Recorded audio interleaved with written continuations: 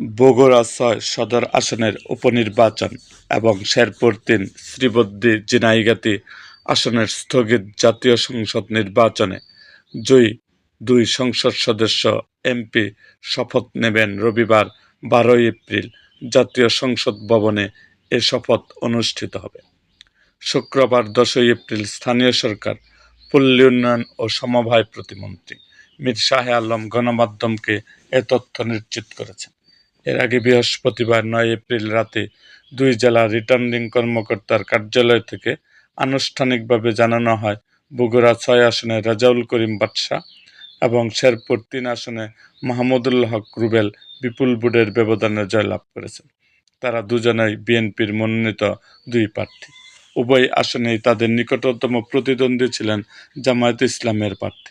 বগুড়া ৬ আসনের উপনির্বাচনে postal ballot সহ মোট ১৪১টি কেন্দ্রের চূড়ান্ত ফলাফলে ধানের শীষের প্রতীকে রেজাউল করিম বাদশা পেয়েছেন ১,৩৩,৯৩১ ভোট। তার নিকটতম প্রতিদ্বন্দ্বী জামায়াত ইসলামের প্রার্থী আবিদুর রহমান সোহেল পেয়েছেন ৫৭,১৫৯ ভোট। নিকটতম প্রতিদ্বন্দ্বীর চেয়ে দ্বিগুণেরও বেশি ভোট পেয়ে বেসরকারিভাবে নির্বাচিত হয়েছেন বাদশা। জেলা নির্বাচন কমিশন সূত্রে জানা যায়, এই আসনে এবারের উপনির্বাচনে পোস্টাল ব্যালট সহ মোট ৪৩% ভোট কাস্ট হয়েছে। বৃহস্পতিবার সকাল ৭:৩০ থেকে বিকাল ৪:৩০ পর্যন্ত ভোট গ্রহণ চলে। নির্বাচন ঘিরে শহরের নিরাপত্তা ব্যবস্থা জোরদার করা হয়েছিল এবং কোনো ধরনের অপ্রীতিকর ঘটনা ছাড়াই শান্তিপূর্ণভাবে ভোট গ্রহণ শেষ হয়।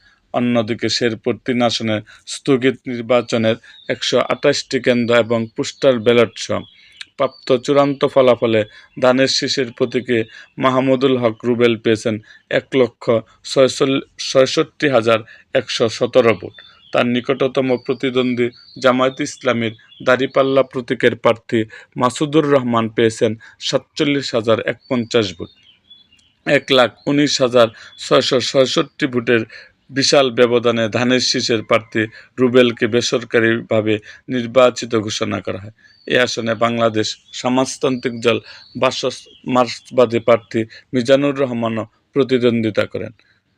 এরকম আরও ভিডিও পেতে এবং রাজনৈতিক অঙ্গনের নানা ঘটনা ও ইতিহাস জানতে আমাদের মুক্তাগাছার ইতিহাস মিডিয়া ইউটিউব চ্যানেলটিকে সাবস্ক্রাইব করুন এবং পাশে থাকা বেল আইকনটি বাজিয়ে দিন।